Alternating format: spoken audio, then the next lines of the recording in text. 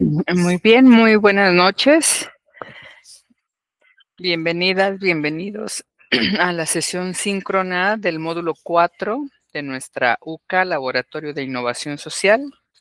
Nuestro módulo lleva por nombre Gestión Efectiva de Proyectos de Innovación Social.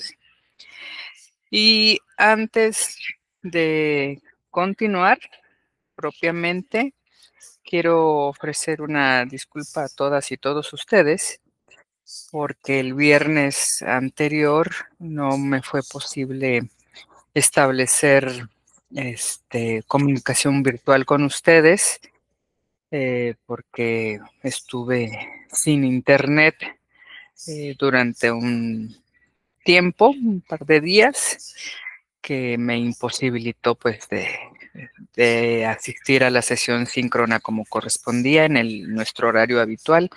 Y por eso estamos teniendo esta sesión de recuperación que estamos compartiendo en sus correos electrónicos, y también, por supuesto, que se subirá al canal de YouTube, en donde ustedes también podrán acceder junto con las otras presentaciones de el resto de sesiones síncronas.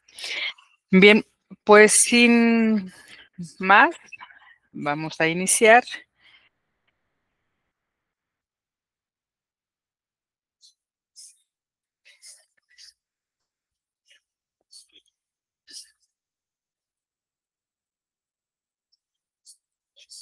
Entonces, nuestro módulo 4, Gestión Efectiva de Proyectos de Innovación Social, tiene una agenda muy apretada, entonces espero que sí nos alcancemos fácilmente a cubrir la mayor parte de los temas, aunque están a disposición de ustedes en los contenidos nucleares y también para la profundización en los materiales sugeridos y complementarios del propio módulo. Pues siempre es bueno abordar la mayor cantidad de temas en la sesión síncrona como una gestión de orientación pues más puntual, ¿no? Bien, entonces, nuestra agenda del módulo 4 contiene 6 grandes temas referentes a la gestión efectiva de proyectos de innovación social. El primer punto es sobre los criterios de evaluación de las ideas de innovación, ¿no? Cómo consideramos que es pertinente una idea innovadora para convertirse en proyecto, que sea viable, que sea interesante, que efectivamente tenga posibilidades de aportar, de generar cambios, que sea interesante, que sea atractiva para las personas que intervendrán en el desarrollo del probable proyecto o que serán posibles beneficiarias, ¿no? Posteriormente, vemos el tema de la creación de la misión, de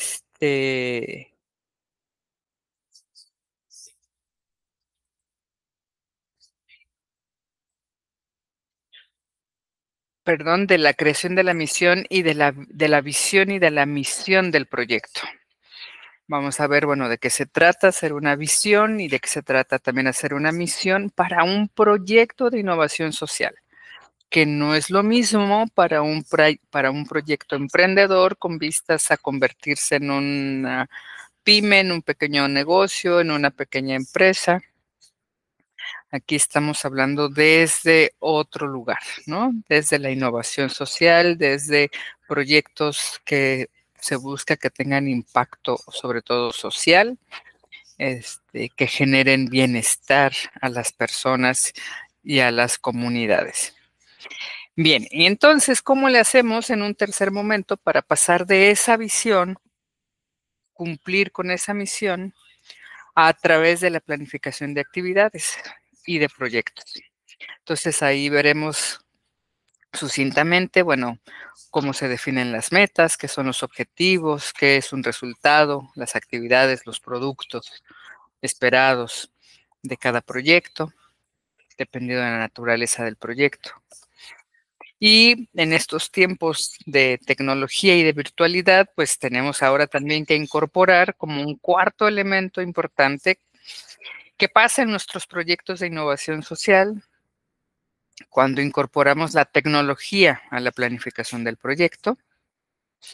y un ámbito que conocemos o que estamos conociendo poco a poco, como quinto punto, es el de crear los prompts o las instrucciones para la inteligencia artificial generativa, de tal suerte de que nos dé un resultado que cumpla con los criterios de nuestra instrucción dada, ¿no? ¿Y cómo se utilizan en los proyectos de innovación social? ¿Cómo deben utilizarse desde la innovación social? Como sexto punto, tenemos, bueno, los sistemas de monitoreo y evaluación de todo proyecto y sobre todo de los proyectos sociales. ¿Qué es el monitoreo? ¿Qué es la evaluación? ¿Cómo se diferencian? ¿Qué son los indicadores? ¿Para qué sirven? ¿Qué tipos de indicadores tenemos? ¿Cómo se hace una batería de indicadores para un proyecto de innovación social o un proyecto social, en este caso? Y finalmente terminamos con un elemento que es el pase de cadena, el compartir recursos desde la Fundación Heifer International, que le ha dado la autorización a la Universidad Nacional Rosario Castellanos para compartir en sus clases, en sus diferentes UCAS, esta filosofía, ¿no? De trabajo, de diseño de proyectos desde el compartir, qué es lo que se comparte, ¿no? Y cómo desde el compartir se van generando también otros procesos de desarrollo, de convivencia y de consolidación y de regeneración también del tejido social. Esta es nuestra agenda, nuestra temática para esta sesión. Entonces, vamos a continuar con la siguiente diapositiva.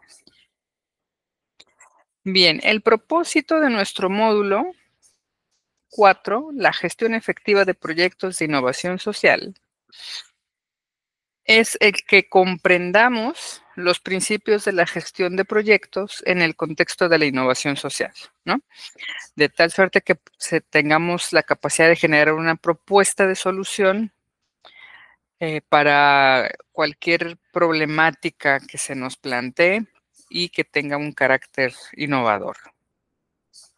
Entonces, vamos a pasar de pensar los proyectos desde el negocio propiamente, la obtención de ganancias, a pensar el proyecto también desde la obtención de ganancias, pero también de la generación de bienestar colectivo, de satisfactores colectivos o de ganancias compartidas, ¿sí?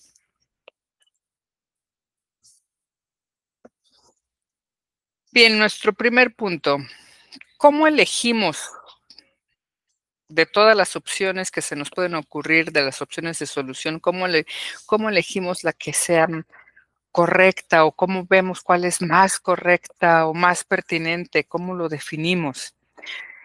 Bueno, hay muchas maneras, hay muchas metodologías para definir, sobre todo, por ejemplo, si estamos hablando de procesos participativos, los colectivos normalmente toman decisiones consensuadas previo análisis de las soluciones propuestas en una valoración de elementos a favor y elementos en contra y en términos obviamente pues estratégicos de hacia dónde se va a dirigir el grupo, qué posibilidades de consolidación real existen del grupo, qué tan adecuado, qué tan en consonancia con los valores que tiene el grupo está esa solución y por tanto ese posible proyecto, ¿no? Todos esos elementos son los que se ponen a consideración, entre muchos otros. En este caso, en nuestra UCA, estamos partiendo de criterios, vectores, que propone el Observatorio de la Realidad Social de Navarra, en el norte de España, ¿no?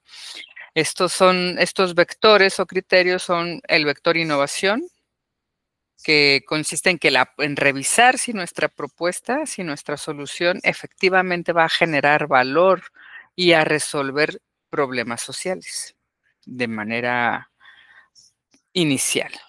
Luego, sí, el vector de impacto social, es decir, qué cambios va a generar en el bienestar de las personas, de las comunidades y por tanto de la sociedad, ¿no? Recuerden que estamos hablando de proyectos de innovación social. El tercer criterio o vector es el cambio sistémico. Pero este se refiere no a los cambios en el bienestar de las personas y de las comunidades, no, el cambio sistémico habla de las estructuras, ¿no? Entonces, ¿cuál es la capacidad del proyecto o que va a tener el proyecto para influir o para efectivamente cambiar estructuras, los tipos de relaciones o las dinámicas que están subyacentes, subsumidas dentro de los grupos, dentro de las colectividades o en las comunidades en donde se va a ejecutar el proyecto? También tenemos un vector o criterio de participación que va a valorar o donde tenemos que revisar quiénes van a participar, quiénes de manera directa, de manera indirecta, un poco como aquel mapeo de actores que aprendieron ustedes a hacer en el semestre pasado. Aquí es un poquito traer a cuentas esa herramienta, ¿no? Entonces igual se mapea o no, pues, pero se tiene que hacer ese análisis de quiénes participan, cómo participan, o sea, qué hacen y cuándo intervienen.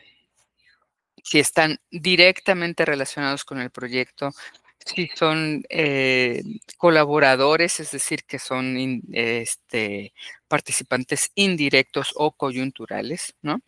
Si son participantes con responsabilidad definida o si son participantes intermitentes, ¿no? Ocasionales o que acompañan todo el proceso sin responsabilidad.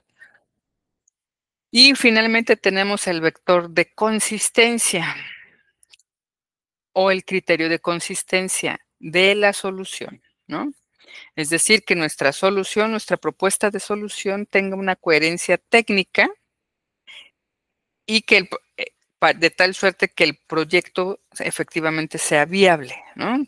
O sea, que haya coherencia entre las metas que se van a definir, los objetivos, las actividades, los recursos humanos, financieros, de material y equipo, con el tiempo que se está programando, ¿no? O sea, tanto en un camino de metas hacia el tiempo asignado como del tiempo asignado con los recursos que vas a aplicar, con el tipo de actividades que vas a realizar, los objetivos que buscas cumplir para alcanzar las metas que te has definido, ¿no? Entonces, tiene que haber una coherencia y consistencia lógica en el planteamiento inicial al final y del final al inicio, ¿no? O sea, tenemos que hacer algunas personas, algunas escuelas metodológicas en la elaboración de proyectos proponen el camino de doble vía, ¿no? O sea, hacer esa prueba de consistencia de inicio a fin del proyecto y de fin a inicio del proyecto. O sea, revisar cómo se pretende que inicie el proyecto y cómo termina, y revisar de cómo termina el proyecto a cómo inicia el proyecto, ¿no? Es un trabajo, llamaríamos, de gabinete. No es en campo, no es a partir de lo que se esté realizando, ¿no? Son actividades previas a la elaboración o a la implementación de los proyectos. Recuerden que estamos apenas en la primera parte, ¿no? Eligiendo cuál es la mejor solución. Entonces, si esa solución que proponemos cumple con estos 5 criterios o vectores, entonces es una propuesta viable, fuerte y que es susceptible de ser elegida para convertirse en un proyecto social. Una vez que hemos hecho esa revisión, pues entonces ahora tenemos que generar como los grandes elementos identitarios del proyecto, la misión y la visión. Efectivamente son elementos, estos elementos, la sesión del día de hoy, pues estamos hablando de elementos de la planificación o de la planeación estratégica. Nada más que en esta ocasión vamos a estar combinando con elementos de la planeación estratégica participativa o una planeación estratégica orientada hacia procesos comunitarios, este, lo que en los 70 se conocía, 70s y 80s se conoció como el desarrollo comunitario, con mucha influencia metodológica de estas escuelas, ¿no? De la educación popular. Entonces, consideren que los elementos que vamos a estar abordando, sí, por supuesto que están dentro de la lógica de la teoría de las organizaciones, por supuesto, porque la organización comunitaria entra en esas teorías, pero no está en la lógica empresarial puramente, ¿no?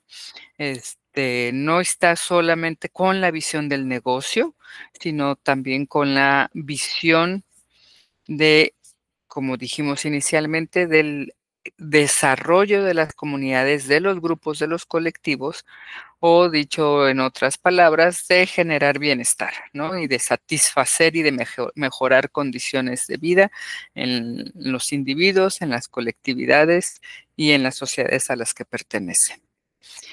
En este sentido, la visión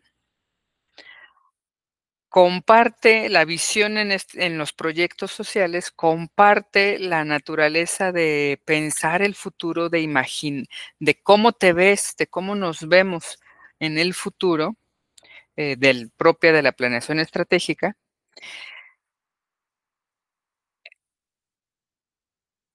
de tal manera que nos permita en una oración considerar, por un lado, el cambio positivo al que aspiramos, más la población que está participando, más las formas a través que vamos a lograr ese cambio y el tiempo máximo o límite que nos va a llevar lograr ese cambio, ¿no? Esos son los elementos que integran de manera general la visión. Y bueno, pues son 4 grandes esferas o dimensiones de la vida colectiva que estamos considerando aquí, que es la visión la integramos con el qué y cómo queremos ser. También la integramos con para qué lo hacemos, hacia dónde vamos con esto y qué valores tenemos para hacerlo. Y estos 4 elementos están permanentemente interactuando y presentes en la visión que se construya de manera colectiva o que se proponga por un pequeño equipo o por una persona a quien se le asigne esa responsabilidad, pero que sea aceptada por el grupo, ¿no? No puede tratarse de una visión elaborada por una persona y que solamente esa persona la valide, no, siempre tiene que pasar por la aprobación, por el consenso del grupo que va a llevar a cabo el proyecto, ¿sí? ¿Qué otras características o qué características debe tener nuestra visión? Bueno, nuestra visión tiene que ser sencilla para que todo el mundo la comprenda. Tiene que impactar en la sensibilidad, ¿no? Tiene que ser atractiva, tiene que generar ilusión, em, al, alcanzar, ¿no?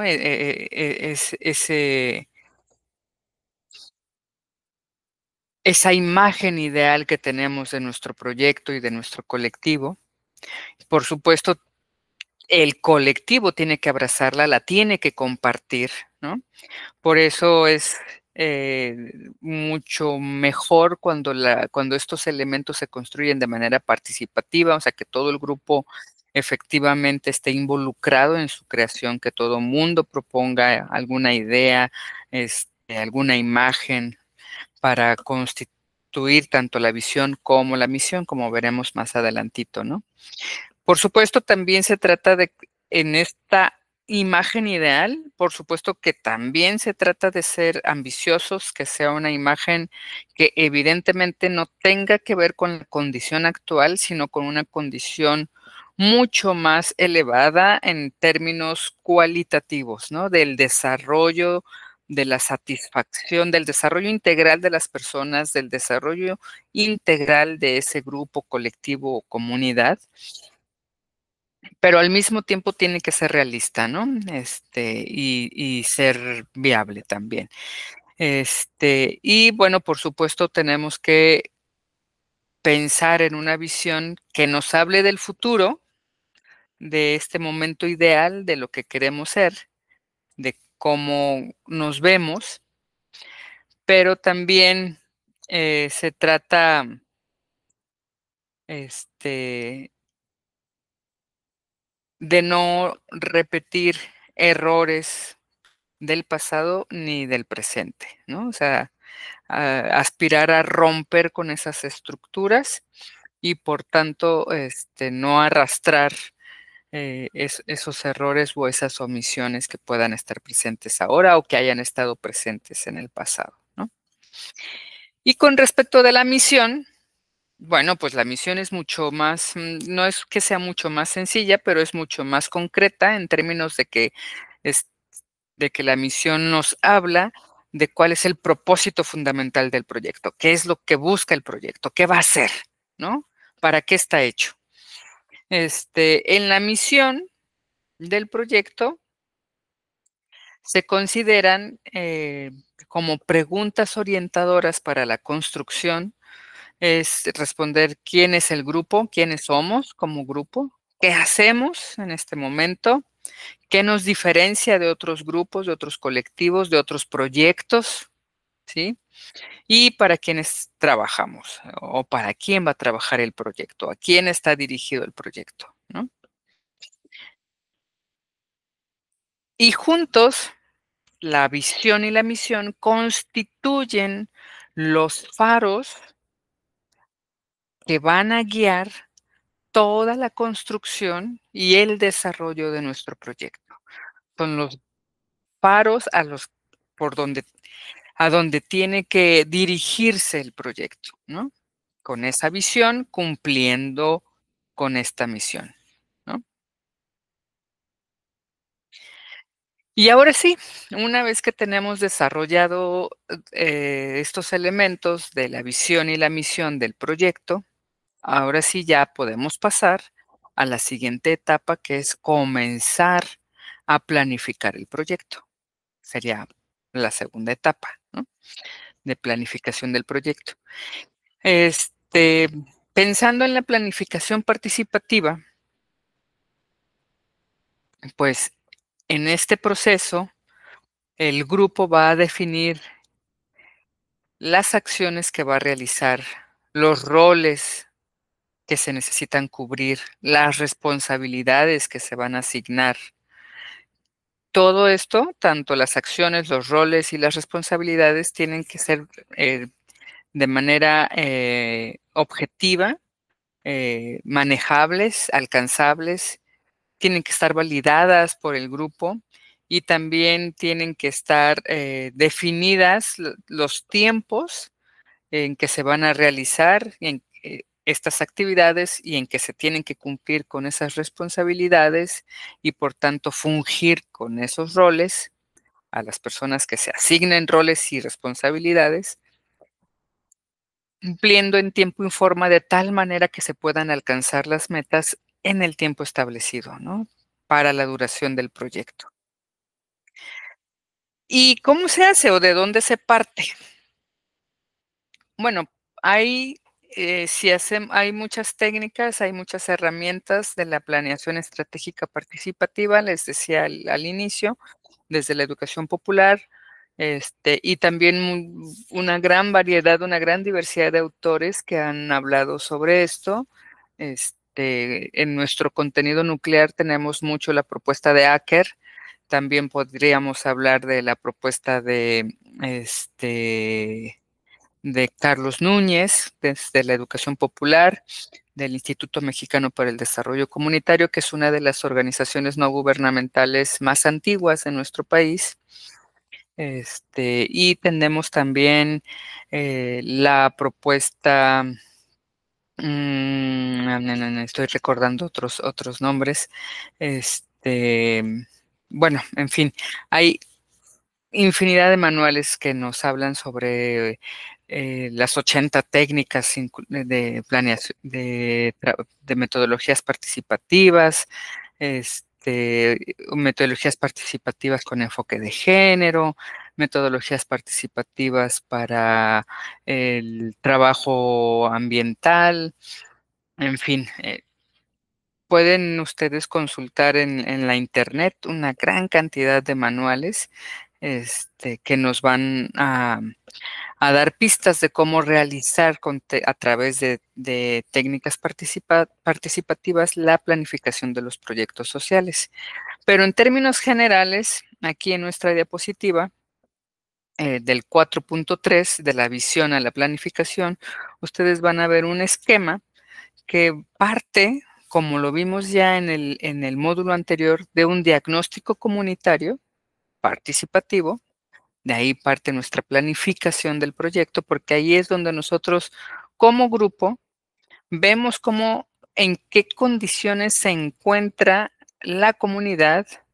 También obviamente se define quiénes somos, las personas que integramos la comunidad, cómo nos relacionamos, qué queremos, a qué aspiramos, cómo soñamos, cómo nos imaginamos en el futuro nuestra comunidad, ¿no? Y bueno, por lo tanto, juntos podemos construir nuestra misión, nuestra visión y los objetivos que queremos cumplir, qué queremos cambiar, qué queremos mejorar o fortalecer de nuestra comunidad. Y a partir de ahí, diseñar las estrategias y los proyectos con lo que los vamos a lograr, ¿no? Y posteriormente viene la ejecución de las acciones, que es llevar a la acción, poner en marcha propiamente las estrategias y proyectos, ¿no? Y entonces, bueno, los elementos principales de cualquier proyecto social son la definición de un objetivo general, la definición de las metas para alcanzar ese objetivo general, la definición de los objetivos específicos que nos van a permitir alcanzar esas metas, los resultados que esperamos obtener de cada objetivo específico, las actividades que vamos a realizar para obtener cada uno de esos resultados dentro de esos objetivos específicos y los productos que vamos a obtener de esas actividades para alcanzar nuestras metas, ¿sí? Entonces, lo que tenemos es un esquema, lo que nos propone, por ejemplo, en nuestro contenido nuclear, tenemos una pirámide que va, si la leemos de arriba hacia abajo, o sea, en una jerarquía descendente, entonces tenemos que en la parte superior vamos a tener la razón de ser del proyecto. ¿Para qué está hecho el proyecto? ¿Qué busca hacer el proyecto? Es decir, ahí va a estar la visión y la misión del proyecto, ¿no? Luego tenemos los criterios de éxito, es decir, las metas que queremos alcanzar. 1, 2 o 3 metas, ¿no? Para nuestro proyecto. Los logros esperados para alcanzar esas metas, que son los objetivos específicos. Los cambios que esperamos ver en la realidad, que son los resultados, ¿no? de cada objetivo. Las acciones que vamos a realizar para alcanzar esos cambios esperados. Entonces, por cada resultado hay de 1 a 3 máximo actividades, ¿no? Por resultado. Y finalmente los entregables o los productos que vamos a obtener del desarrollo de cada una de las actividades.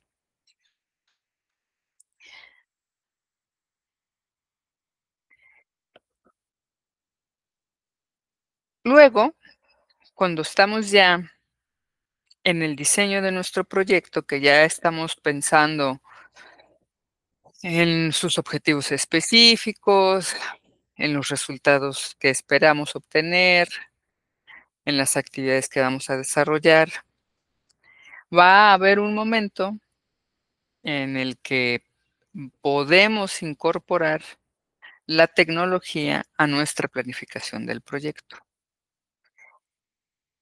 En esta ocasión, para ustedes se va a convertir en un ejercicio, ¿no? Propiamente del módulo, de práctica. Entonces, este punto 4, integrando la tecnología en la planificación del proyecto, lo que busca es introducirnos en el uso de la inteligencia artificial generativa, que si bien la hemos venido usando en prácticamente todas nuestras tareas auténticas o en todas nuestras actividades, pues ahora lo que buscamos es que ese uso sea mucho más pensado, mucho más dirigido, para que pueda ser mucho más asertivo y que efectivamente en cada uno o una de ustedes se convierta en una actividad reflexiva y de aprendizaje y no en una actividad mecánica y de plagio, ¿sí? Entonces, y que sea, por supuesto, también una incorporación consciente del uso tecnológico, pero también con fines, sobre todo, en este elemento de aprendizaje, que sea con fines formativos para ustedes como futuros administradores, para que también puedan y podamos sacarle el máximo, jugo posible, ¿no?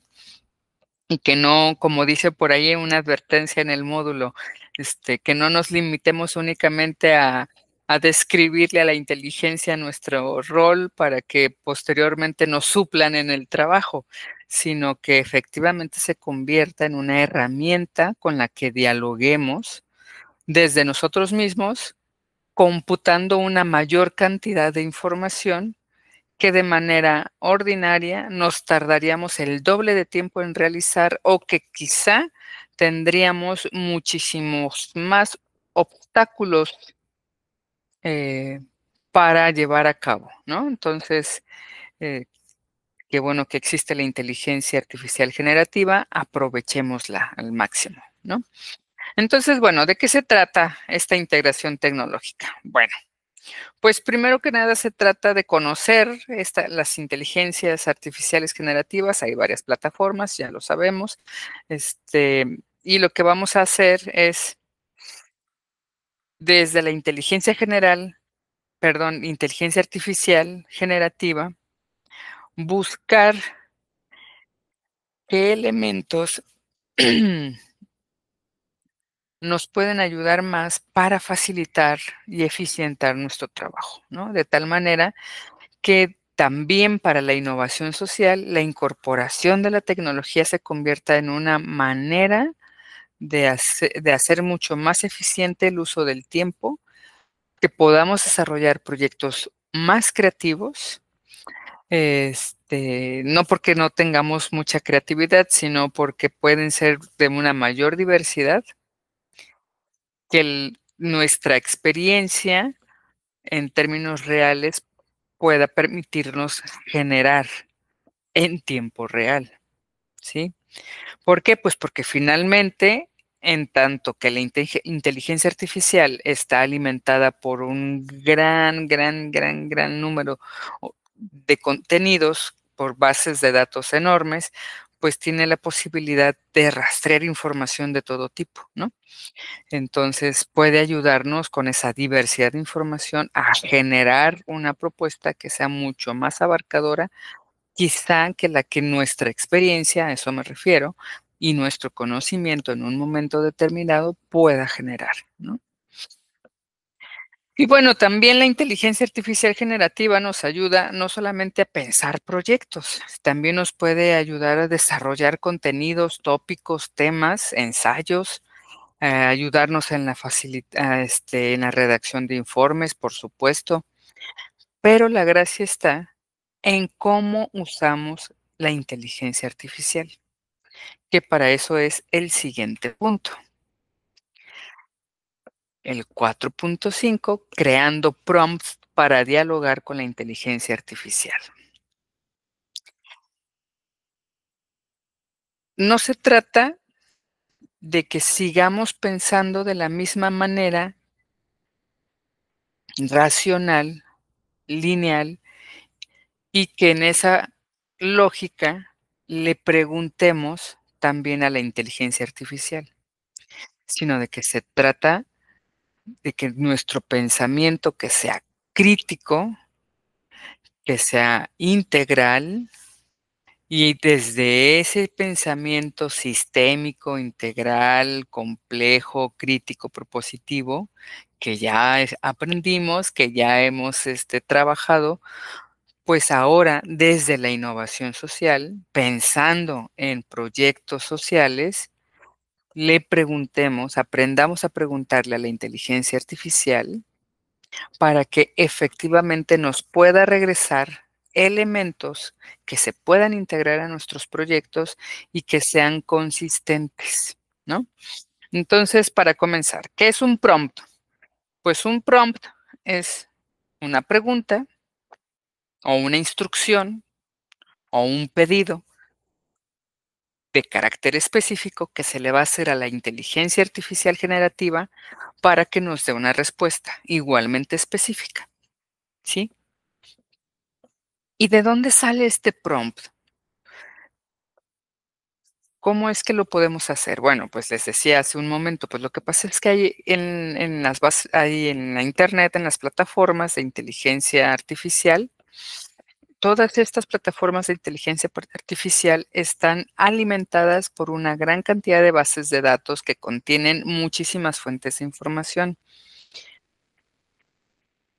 Entre, investigaciones sistematizadas, reportes de artículos, informes de trabajo de grupos de investigación, de experiencias, de colectivos, o sea, de todos los temas posibles, ¿no? Y todos estos elementos, no solamente en bases de datos, sino que ahora incluso las propias plataformas van generando sus propias bibliotecas de prompts, lo que en mi generación todavía era asistir a una biblioteca física, ¿no? Ir al mostrador y solicitar un libro o solicitar los autores de tal tema, o las revistas científicas de tales y tales temas. Ahora, imagínense eso de una biblioteca convertido en bibliotecas de prompts que están anidadas en las plataformas de inteligencia artificial. Ahora nuestras bibliotecas físicas están convertidas en bibliotecas de prompts. En este caso, son ya instrucciones dadas previamente, generadas para múltiples casos, ¿no? Para múltiples, eh, pesquisas, para múltiples investigaciones, preguntas de interés, por supuesto, lo que toda la gente usuaria, todas las personas usuarias preguntamos, en los buscadores tradicionales, ahora también se están convirtiendo en prompts de esos buscadores tradicionales. Y lo que estamos haciendo, quienes usamos o quienes usan plataformas de inteligencia artificial, también cada pregunta va y se almacena en las bibliotecas de prompts, de tal suerte que luego cuando llega otra persona con la misma duda, bueno, ya tiene ahí ese antecedente. ya tiene esa búsqueda realizada, ¿no? Entonces, todos estos elementos, obviamente, son muchísimo más efectivos si sabemos cómo hacer la pregunta, ¿no? Si sabemos identificar los elementos que necesitamos para que efectivamente se responda lo que nos interesa conocer en ese mar de información, porque recuerden que así como cuando vamos a una biblioteca y decidimos entre la revista Science y la revista Muy Interesante, como fuente válida de información, ¿cuál consideran ustedes que tiene mayor validez?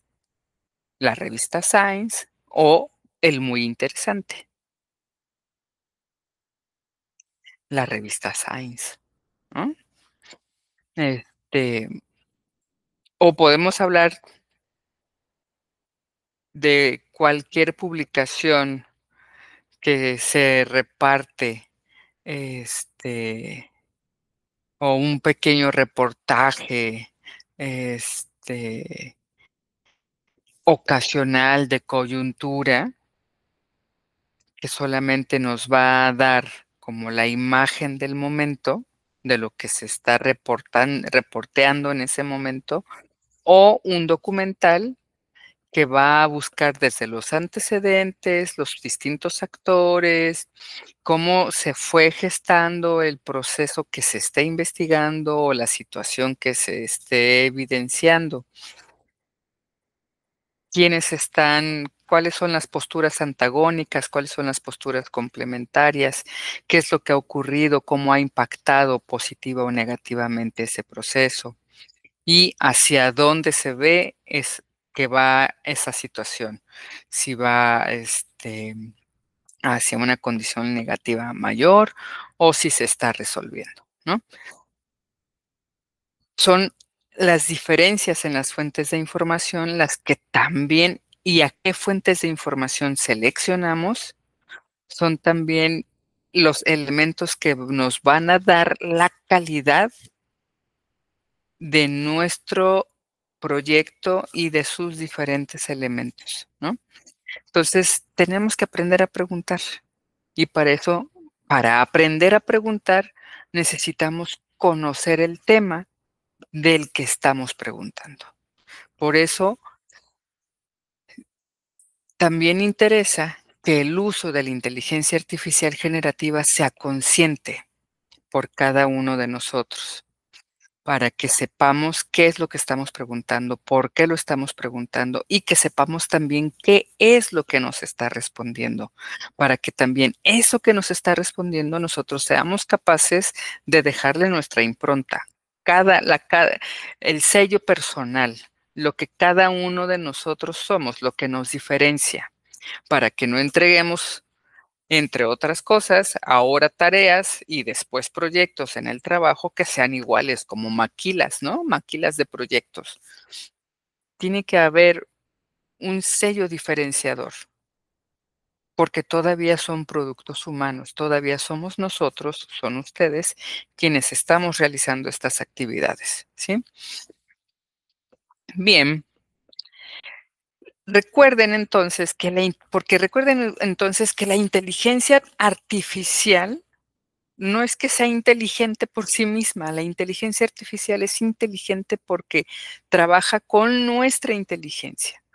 Por tanto, cuando nosotros le preguntamos a la inteligencia artificial va a trabajar, va a buscar la información, la va a seleccionar, la va a aglutinar, la va a sistematizar, la va a ordenar y la va a presentar de acuerdo a como nosotros hayamos preguntado.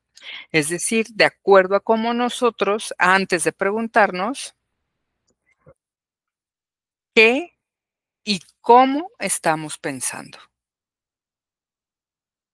Entonces, no podemos soltar el qué pensamos ni el cómo pensamos con qué queremos preguntar y cómo lo vamos a preguntar, ¿sí? Van íntimamente ligados. Y entonces, ¿cómo le hacemos para preguntar? ¿Cómo se constituye un prompt? Bueno, El prompt tiene que cubrir o cumplir con algunas características. Entre ellas, tiene que ser una instrucción clara, concreta. Por lo general se inicia con la acción de un verbo en tiempo presente.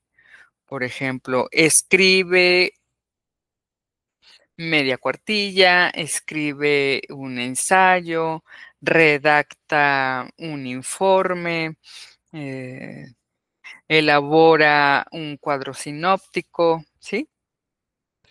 Este, entonces, es una instrucción concreta, sencilla.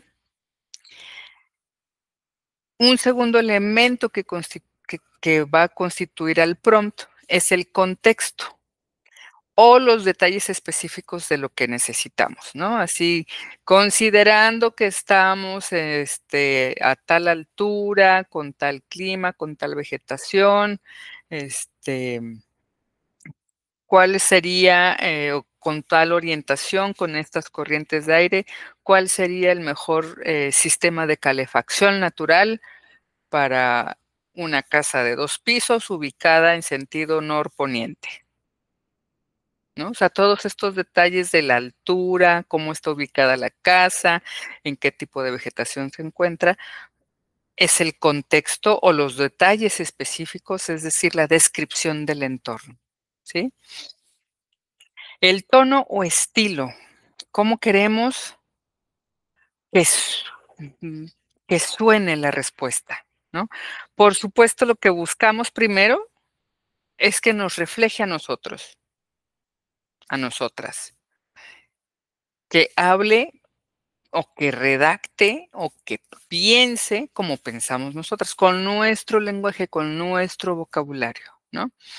Pero también puedes indicarlo de manera describe de manera coloquial, redacta de manera formal para presentar ante una junta, de directivos, para presentar ante el consejo técnico, piensa que eres una estudiante y vas a presentar a tus compañeros, vas a explicarles a tus compañeros y compañeras, ¿no? O sea, tú vas a definir qué tono y qué estilo quieres que la inteligencia artificial genere en tu respuesta, bueno, en su respuesta, ¿no?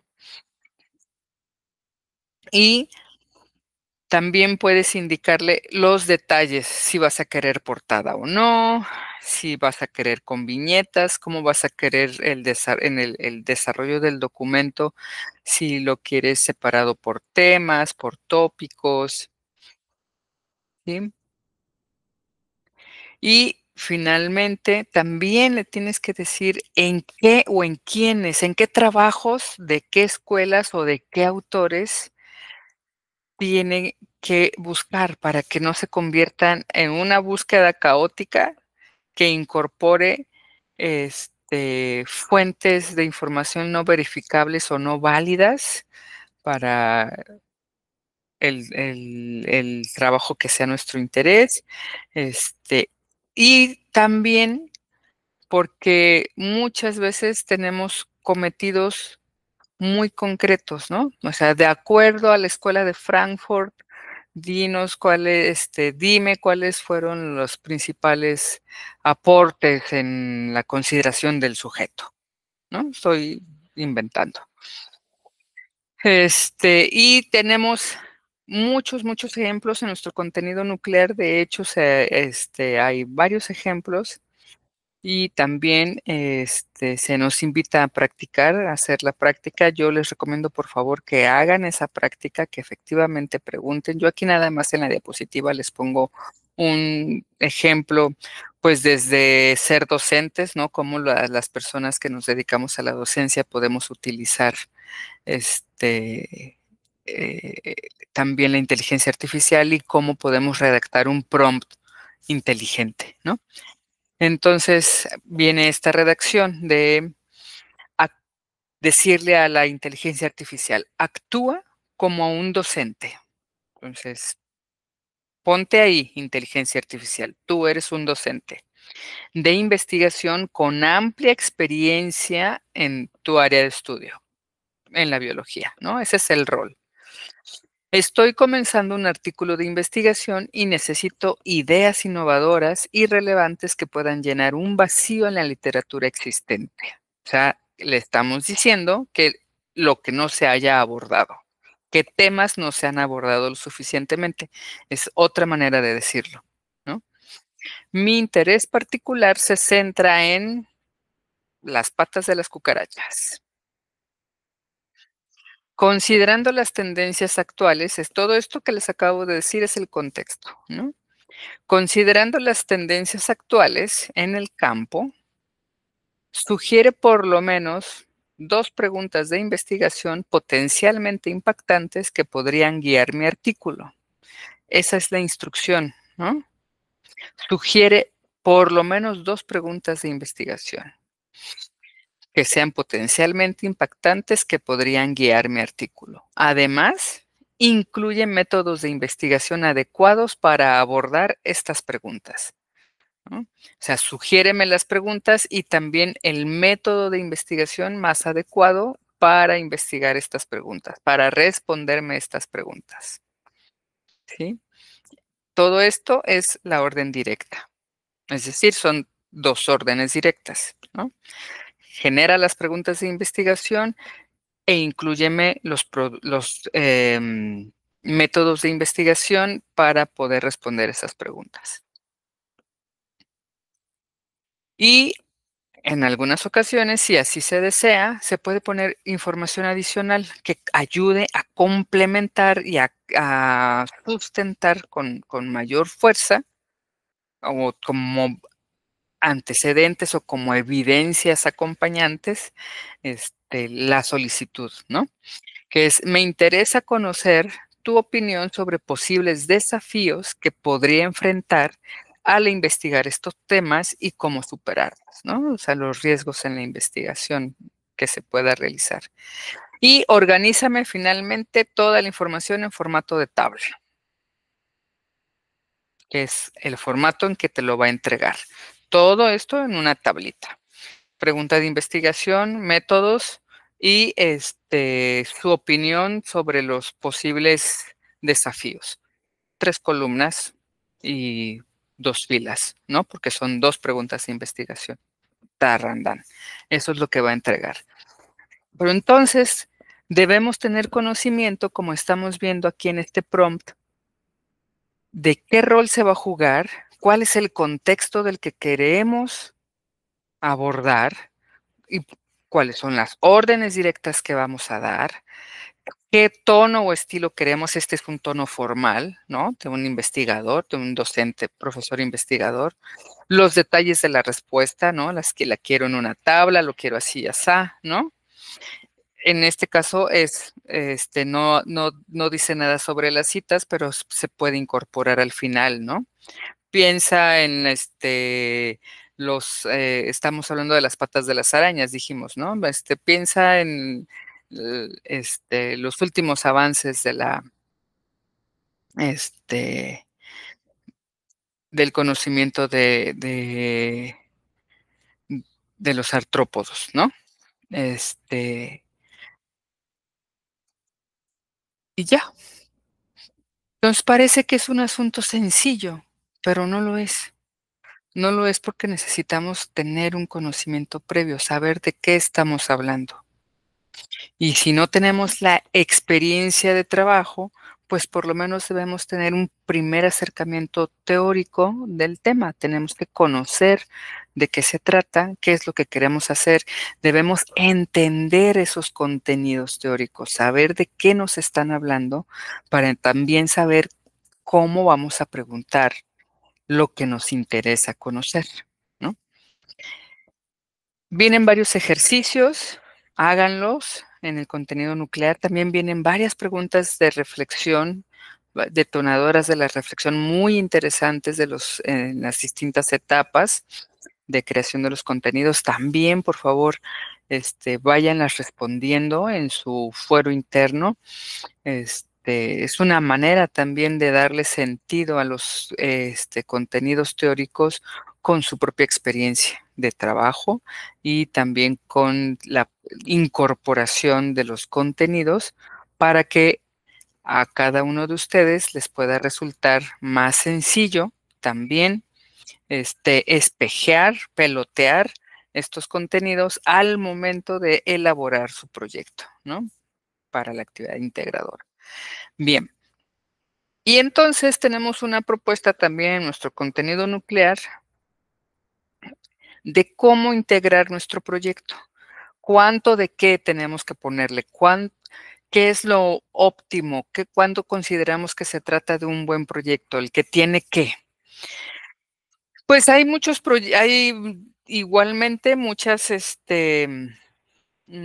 consideraciones para las distintas escuelas metodológicas.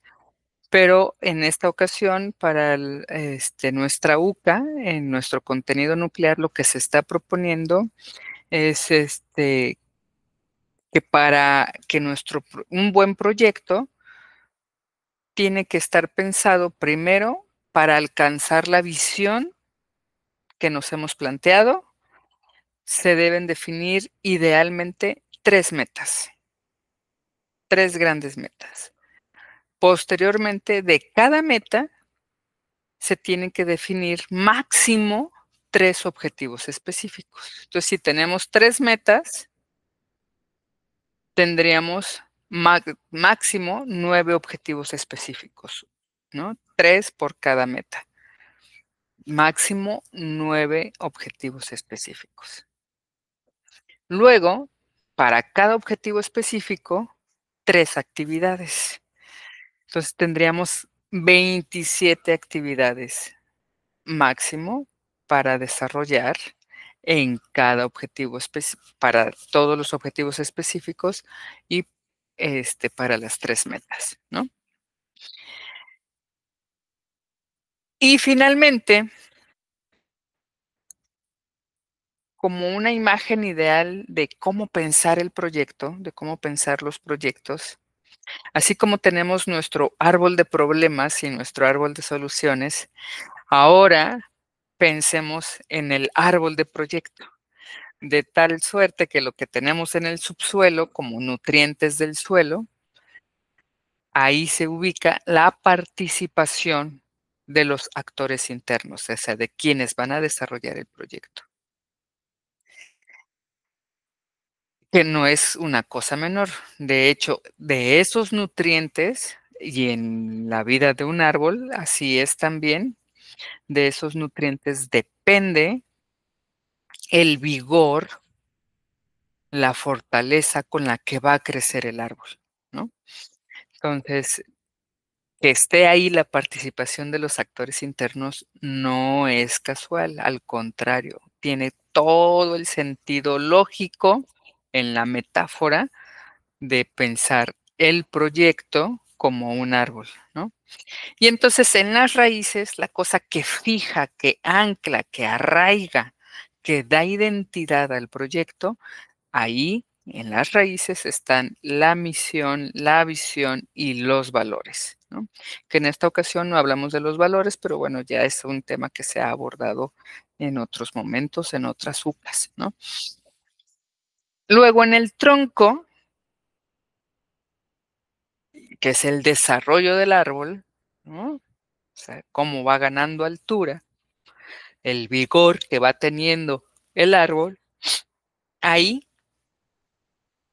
en este tronco, se equipara nuestra planificación del proyecto.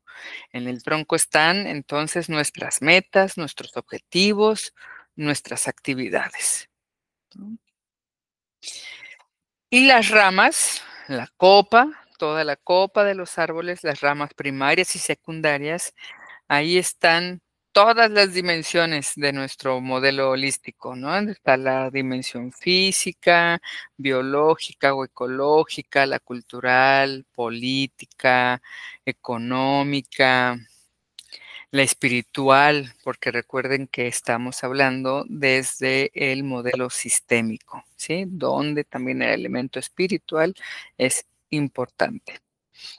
Y finalmente, la copa de los árboles, las ramas y tenemos los frutos. Los frutos entonces son el impacto, los impactos que ha generado el proyecto, que ha generado el desarrollo del proyecto, tanto en el corto como en el mediano y en el largo plazo, ¿no? Y esta es nuestra gran metáfora de considerar el desarrollo de un árbol y las partes constituyentes de un árbol como el proyecto y sus partes constituyentes también. Bonito, ¿no? Bien, llegamos a una parte también súper interesante y también muy importante, que va de la mano de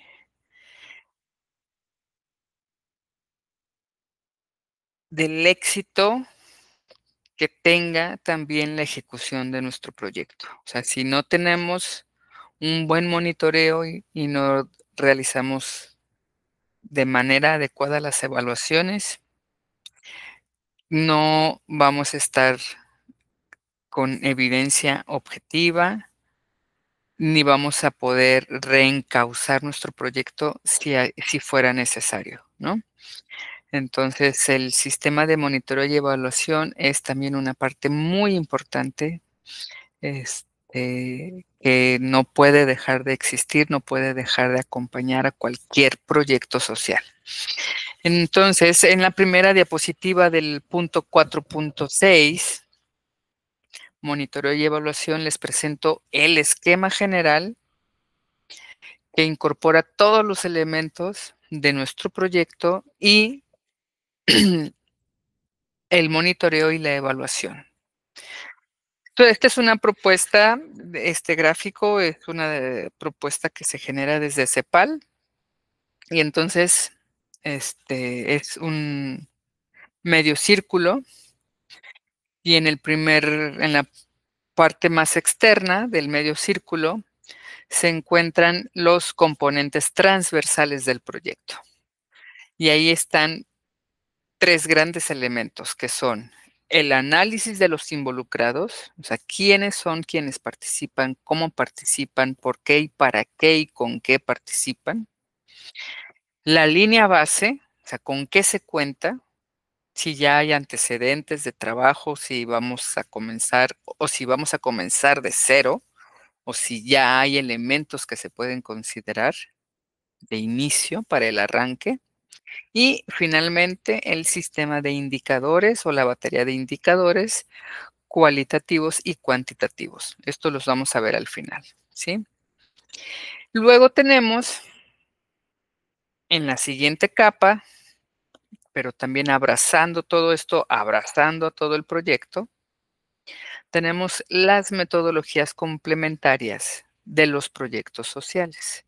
Aquí estamos hablando de los métodos participativos, que son de los que más hemos hecho uso o traído a colación. También aquí está el análisis del cambio más significativo que se busca, que se va a lograr. Y también tenemos el análisis costo-beneficio del proyecto, el análisis costo-eficiencia del proyecto, la teoría del cambio y todo el marco lógico de diseño del proyecto y los métodos de evaluación rápida que se van a echar a andar durante el desarrollo o al final del proyecto. Luego tenemos en el medio círculo, en la siguiente capa, las metodologías que se van aplicando en las distintas etapas. Entonces, así tenemos en la parte verde, que va cambiando de intensidad, tenemos de izquierda a derecha, el diseño, la etapa de diseño, de planificación y diseño del proyecto, que aquí se utilizan o se recomiendan metodologías de identificación y diseño de proyectos y la metodología del marco lógico, que está basada en la metodología SOP también, ¿no? Que es, la planificación con base en resultados de la escuela alemana. Y luego tenemos la etapa de monitoreo, que aquí, lo que echamos a andar es el seguimiento en la implementación de las actividades del proyecto y también de los resultados que se van obteniendo, ¿no? Y luego tenemos una tercera etapa, que es la evaluación de los resultados propiamente, y aquí utilizamos 2 grandes metodologías. La gestión basada en resultados, ¿no? La gestión del desempeño basada en resultados y la evaluación propiamente de los resultados obtenidos. Y luego tenemos la última etapa, que es la evaluación del impacto, y aquí tenemos, varias metodologías que se pueden utilizar, como por ejemplo, el diseño aleatorizado, ¿no? Al azar, el diseño cuasi experimental, la comparación a posteriori de los beneficiarios con un grupo de control, ¿no? Como para obtener, para que no haya sesgos, ¿no? Que sea un análisis lo más objetivo posible, y la evaluación rápida a posteriori. Y finalmente tenemos en la parte inferior, que alimenta a todo el proyecto, todas las etapas del proyecto, distintos tipos de herramientas.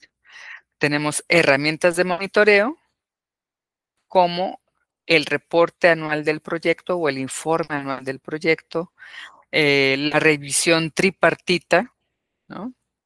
Que puede ser entre quienes realizan las actividades, quienes dirigen y supervisan las actividades y quienes son beneficiarios de las actividades, cuando hablamos de metodologías participativas, ¿no? También tenemos los reportes terminales y las visitas de campo. Eso en el monitoreo. Luego tenemos herramientas específicamente cuantitativas para el análisis cuantitativo de nuestro proyecto. Aquí los instrumentos que tenemos son las encuestas formales, el muestreo aleatorio, y las entrevistas basadas en cuestionarios, por ejemplo, ¿no? Y luego tenemos las herramientas cualitativas, que son las entrevistas a informantes clave, el focus group como otra herramienta, la observación directa, quien está levantando su diario de campo de todo lo que está pasando, ¿no? Las entrevistas en profundidad, que están basadas en las historias de vida de las personas más importantes de todo el proceso, ¿no? Quienes son líderes, quienes son las autoridades tradicionales, quienes han participado desde la primera hasta la última reunión, y las otras autoridades civiles o como líderes reconocidos del colectivo o de la comunidad, ¿no? Y el análisis de las mejores prácticas también es otra herramienta cualitativa. Todos estos elementos se utilizan para monitorear y evaluar nuestro proyecto, ¿no? Tenemos 4 grandes etapas de evaluación, de monitoreo y evaluación, que es desde el diseño, el monitoreo propiamente dicho, la evaluación de los resultados, la evaluación del impacto. Tenemos herramientas especiales para hacer el monitoreo, y tenemos herramientas cuantitativas y herramientas cualitativas también especiales para hacer la evaluación de los resultados y la evaluación del impacto, ¿no?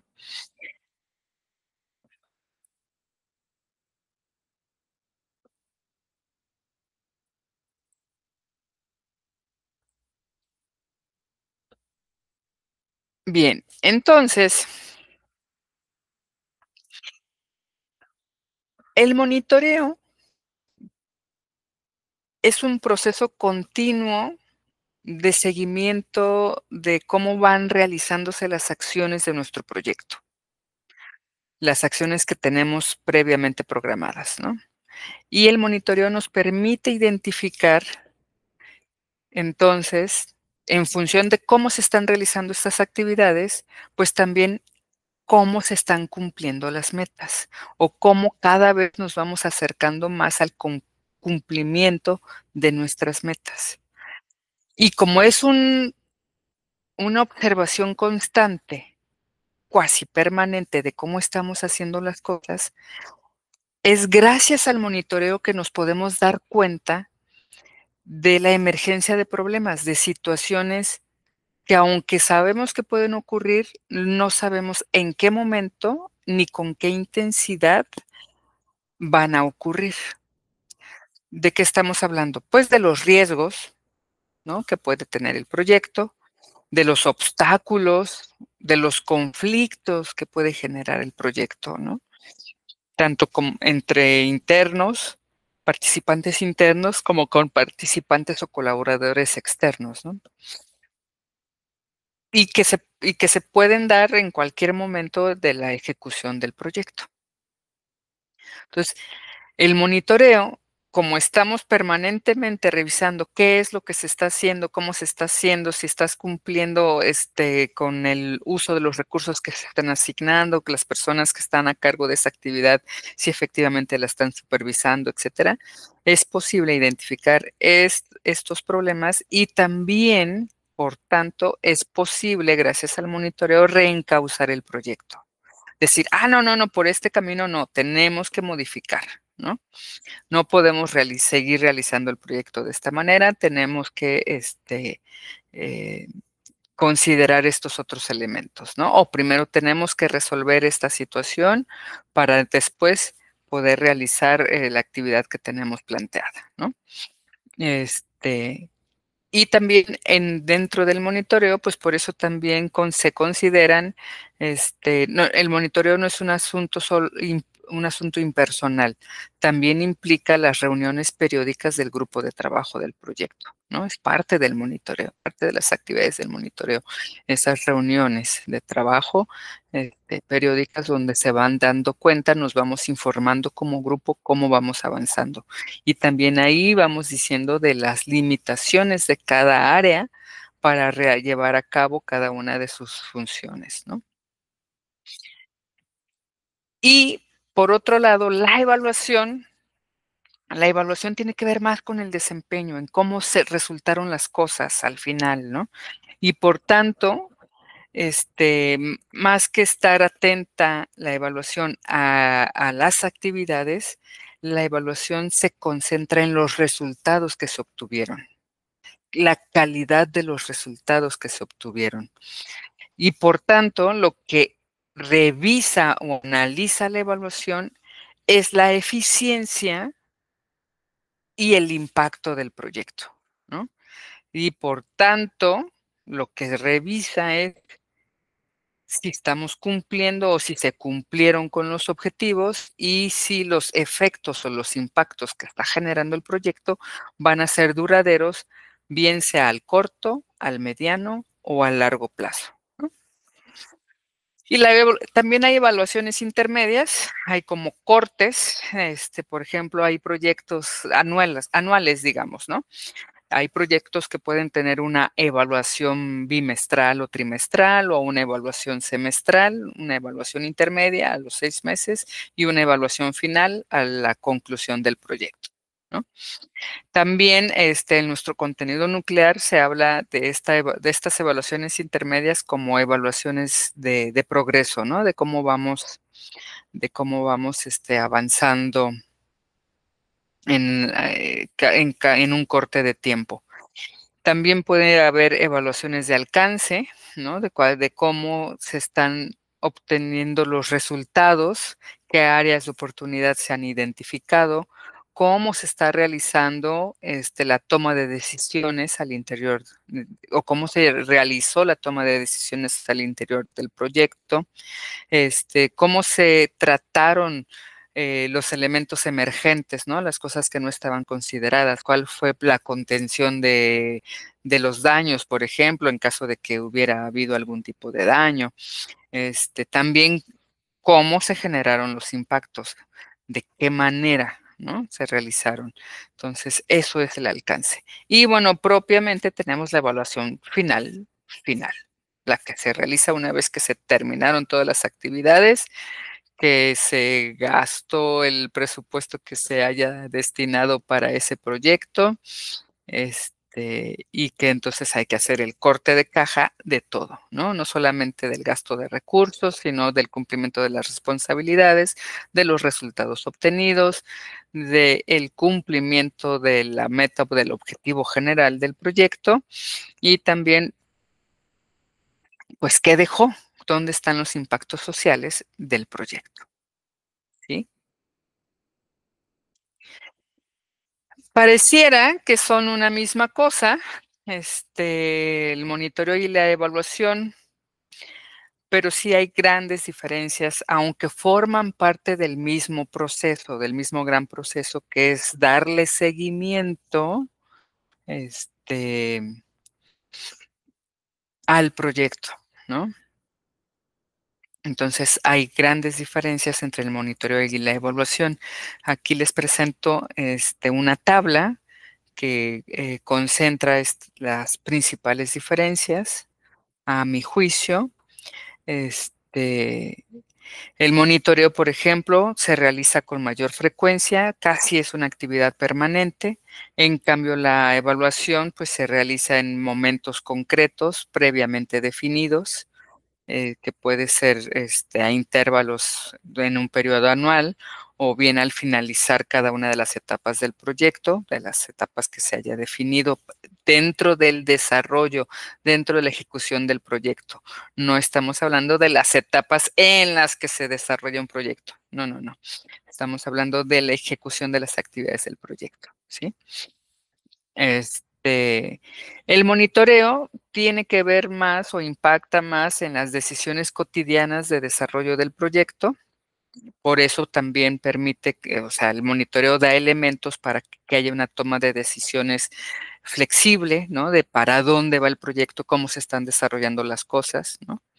Y en cambio la evaluación en donde se enfoca es más en las decisiones, de largo plazo, y la evaluación final del proyecto, por lo general, lo que va a hacer es darnos insumos para planificar la segunda parte del proyecto o las partes siguientes del proyecto, si es que tiene partes, subsecuentes, o para la realización de futuros proyectos, que aunque sean de otro tema, pero que sigan tratándose de proyectos sociales, ¿no? Y en el monitoreo, bueno, pues se va viendo cómo se están realizando las actividades y en la evaluación, pues más bien es cómo quedó el proyecto y cuál fue su impacto, ¿no? Entonces son como en dos niveles distintos. La información que se deriva del monitoreo, pues se utiliza al interior del proyecto por el equipo interno del proyecto y los resultados de las evaluaciones, ahí esas sí son más útiles, no solamente para el equipo interno, sino que también se puede compartir la evaluación de esos proyectos para apoyar, ¿no? El diseño de otros proyectos similares al nuestro en otros lugares, ¿no? Y por supuesto también para dar a conocer a la gente beneficiaria o a los colaboradores, es decir, a los participantes externos, pues cómo avanzó o los resultados finales que tuvo el proyecto, de qué calidad fueron y en qué condiciones se quedaron, ¿no? Y el monitoreo entonces es una herramienta que nos permite pensar en cómo se está ejecutando el proyecto. Y la evaluación lo que nos permite es también pensar, pero sobre la planificación del proyecto, ¿sí? Monitoreo, pensar la ejecución del proyecto, la evaluación, pensar la planificación del proyecto. Otra vez, dos niveles, ¿no? Este, el monitoreo, bueno, pues su nivel de acción es la eficiencia y en la evaluación su nivel de acción es la eficacia y los impactos. Otra diferencia, ¿no? Por tanto, el monitoreo nos corresponde más al nivel de programación operativa y la evaluación corresponde más al nivel de planificación de largo plazo, ¿no? O de planificación estratégica propiamente. El monitoreo se basa en indicadores empíricos, en unidades de medida de las actividades, y la evaluación, pues, se basa en indicadores de impacto, de efecto y de resultados, ¿no? El nivel de análisis del monitoreo es la ejecución y la oferta técnica, y el nivel de análisis de la evaluación es en la visión, la misión, los objetivos, las estrategias, es decir, los componentes estratégicos del diseño del proyecto, ¿sí? Muy bien. Y estamos a 10 minutos de terminar, yo creo que sí concluimos. En estos últimos apartados de las diferencias entre el monitoreo y la evaluación hablamos de los indicadores. Bueno, ¿y qué son los indicadores? Bueno, todos los proyectos deben contar con su propia batería de indicadores. Y los indicadores son aspectos que se miden y que nos van a permitir rastrear el cumplimiento de los objetivos, ¿no? A través de las distintas actividades que se desarrollan. Y estos indicadores pueden ser de carácter cuantitativo, es decir, propiamente lo que miden son números, se basan en números o en cantidades, o indicadores cualitativos, que no son cuantificables de manera directa.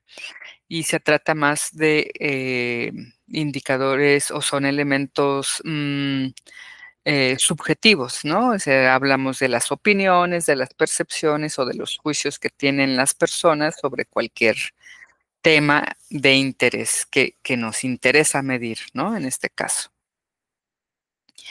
De acuerdo con nuestro contenido nuclear, ahí los indicadores pueden ser de proceso, es decir, los que se relacionan con los resultados y las actividades del proyecto, que tienen el nivel del monitoreo, ¿no?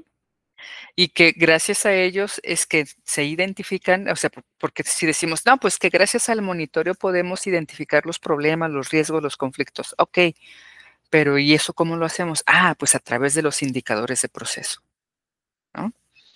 Que nos dicen, bueno, dónde están los cuellos de botella, dónde se entrampan el proceso, ¿no? De la realización de las actividades, nos ayudan a prevenir retrasos, a optimizar el uso de los materiales y del personal, y son de carácter interno, ¿no? Estos indicadores de proceso. Y los indicadores de alcance, pues esos son los que revisan si se cumplen o no los objetivos y las metas del proyecto, es decir, están a nivel de la evaluación, ¿no? Y si están generando algún tipo de impacto en las personas beneficiarias, ¿sí? Y ahora les presento un ejemplo de una batería de indicadores, que elaboró su servidora hace ya varios años. Las baterías de indicadores se presentan de acuerdo a cómo lo consense el grupo y como lo necesita el grupo, o bien de acuerdo a la institución para la que se esté trabajando o de donde emerge ese proyecto social, ¿no?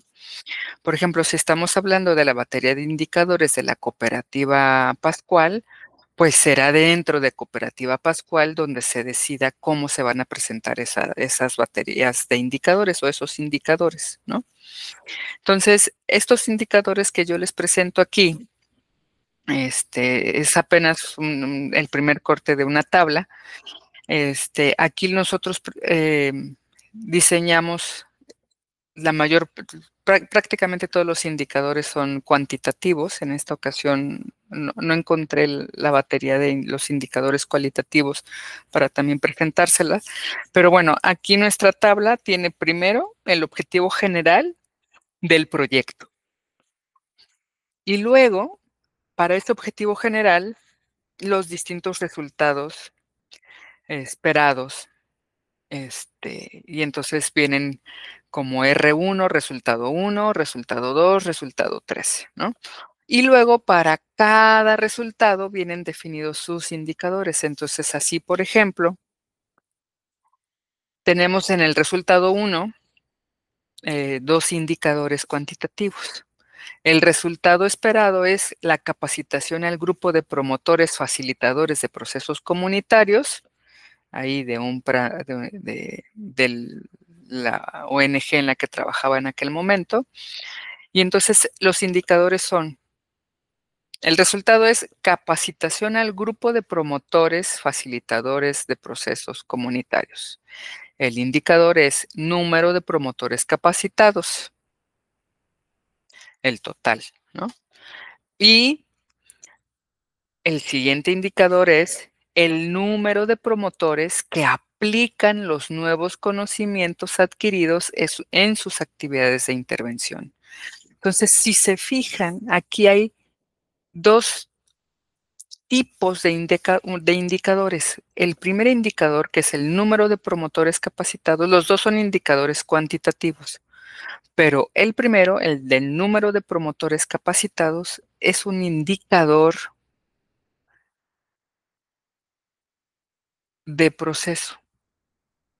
Y el número de promotores que aplican los nuevos conocimientos adquiridos en sus actividades de intervención, el solo hecho de aplicar los conocimientos, eso, ahí es donde estamos midiendo el impacto que tuvo esa capacitación.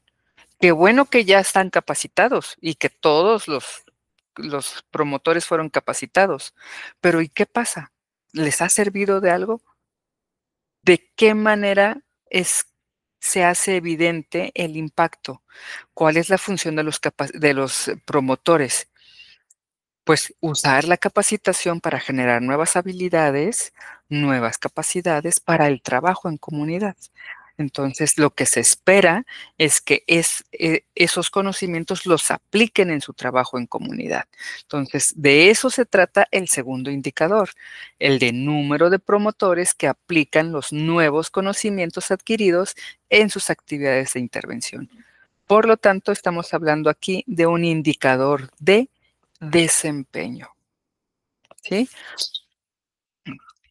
Y entonces, después del indicador, de la descripción del indicador, tenemos la línea base. Como es un proyecto de inicio, no hay nada, hay 0 promotores capacitados y 0 promotores que, que aplican sus conocimientos, ¿no? Entonces, la meta para ambos son 9 porque son 9 personas promotoras y, por tanto, el indicador numérico en este caso coincide con la meta. No siempre es así. ¿Mm?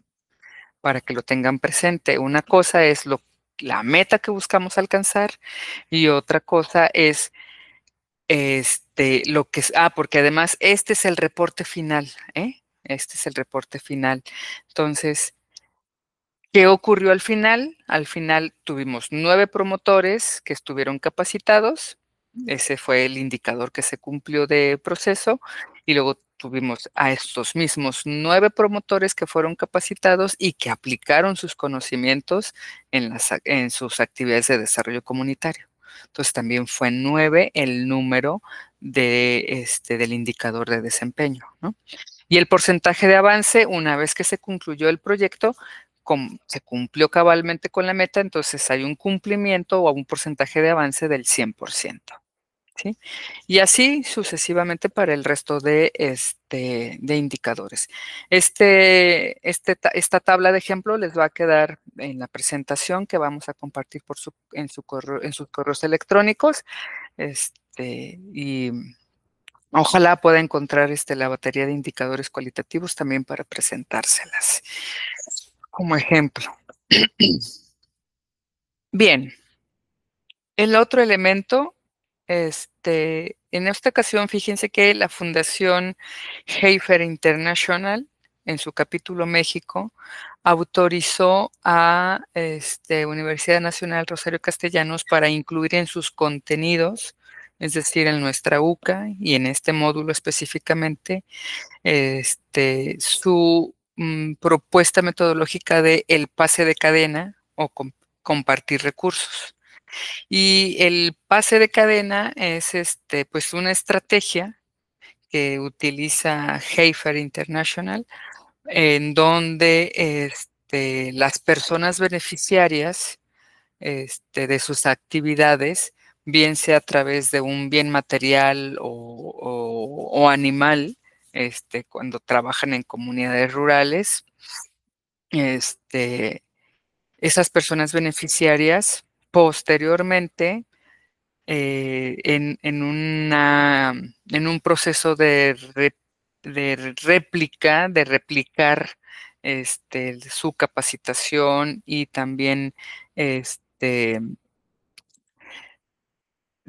si es pie de cría, en la siguiente generación, estas personas beneficiarias con quienes estén replicando esos conocimientos también pueden entregar de su propia, como la cría, a una nueva familia, ¿no?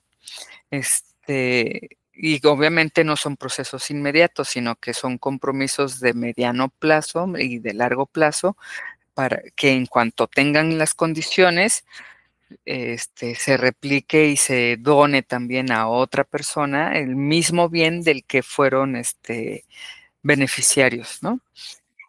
Y así inició originalmente. Y ahora, este pase de cadena, pues consiste no solamente en bienes materiales o animales, sino también en capacitación, ecotecnias. Bueno, aquí tenemos pie de cría, reparaciones, ganado, etcétera, ¿no? De tal suerte que se generen pues cadenas de solidaridad, eh, o una especie como cadena de favores, pero sin ser el favor, sino cadenas de solidaridad, de yo fui beneficiario y ahora estoy en condiciones de beneficiar, ¿no? Y también es parte de mi compromiso, porque también es una manera de conservar dos situaciones. Uno, de comprometerme a que el proyecto perdure, a que mi proyecto no se caiga, ¿no? Y dos, a replicarlo, ¿sí? Entonces, eso implica que mi participación debe ser activa, ¿no? De tal manera que entonces yo de manera individual, sí, efectivamente estoy consolidando mi desarrollo personal a través de mi participación activa. Una vez que fui beneficiario, sigo participando, ¿no? Sigo manteniendo el proyecto para asegurar su éxito y su replicación. Y una vez que voy a replicarlo, ¿sí? Sigo siendo un participante activo y además del éxito de mi proyecto, comparto con quien estoy replicando. Y es el mismo compromiso que yo tuve, quien ahora esta nueva persona, esta nueva familia, este nuevo grupo adquiere. Ellos también tienen que mantener una participación activa para continuar con el proyecto, es su proyecto en comunidad, en su comunidad, garantizar su éxito y volverlo a replicar, ¿no? Entonces estamos replicando los procesos y también es una manera en que se trabaja, por ejemplo, estas otras metodologías participativas con las que también se generan proyectos para áreas específicas, como por ejemplo, de campesino a campesino, que ahora también tiene su símil de pescador a pescador, ¿no? De yo te enseño, y luego tú enseñas, ¿no? Que es como en esta lógica de formar formadores, formando formadores. Yo te formo para que también tú formes, ¿no? Entonces yo replico lo que aprendí y tú también replícalo, ¿no? Entonces, Hay un proceso dentro del pase de cadena, ¿no? Unas etapas que hay que cumplir, y que podemos incorporarlas si consideramos este, pues, esta metodología también al diseño de nuestro proyecto. Habría que incorporar entonces dentro del proceso participativo, definir qué es lo qué recursos vamos a compartir, ¿no? Cómo va a hacerse esa apropiación de recursos y la formalización, cómo nos vamos a vincular con esa otro grupo o colectivo o comunidad o estos otros beneficiarios, eh, este, para hacer este replicamiento. Y finalmente, ¿qué eventos vamos a realizar para consolidar, y cerrar, ese proceso de replicación, ¿no? Entonces, son elementos o actividades que también, si se decide asumir esta metodología, pues, que también se incorporen en el diseño del proyecto, ¿sí? Y con esto cerramos los elementos más importantes en nuestro módulo 4, que es la gestión efectiva de proyectos de innovación social. Este, Vimos prácticamente estas 5 etapas: el inicio, cómo definimos el proyecto, cómo seleccionamos la solución más viable, ¿no? Cómo planificamos el proyecto, cómo definimos sus elementos estratégicos, misión, visión, el objetivo general del proyecto. Cómo definimos también el desarrollo de sus actividades, el cumplimiento de metas, los objetivos específicos, la calendarización, ¿no? Cómo lo llevamos a cabo, el cronograma de actividades, la asignación de responsabilidades, la asignación de recursos materiales, humanos, financieros, el sistema de monitoreo y el sistema de evaluación, o sea, cómo vamos a medir los avances, el progreso, cómo vamos a reencauzar en caso de que haya, riesgos o haya obstáculos, o cómo vamos a solventar esos obstáculos, ¿no? Y finalmente el cierre del proyecto, la conclusión de las actividades con su evaluación final. Y hasta aquí llegamos, compañeros, compañeras. Este es el resumen de nuestro módulo 4. Y que tengan ustedes un buen día, una buena tarde, una buena noche. Muchas gracias por acompañarme.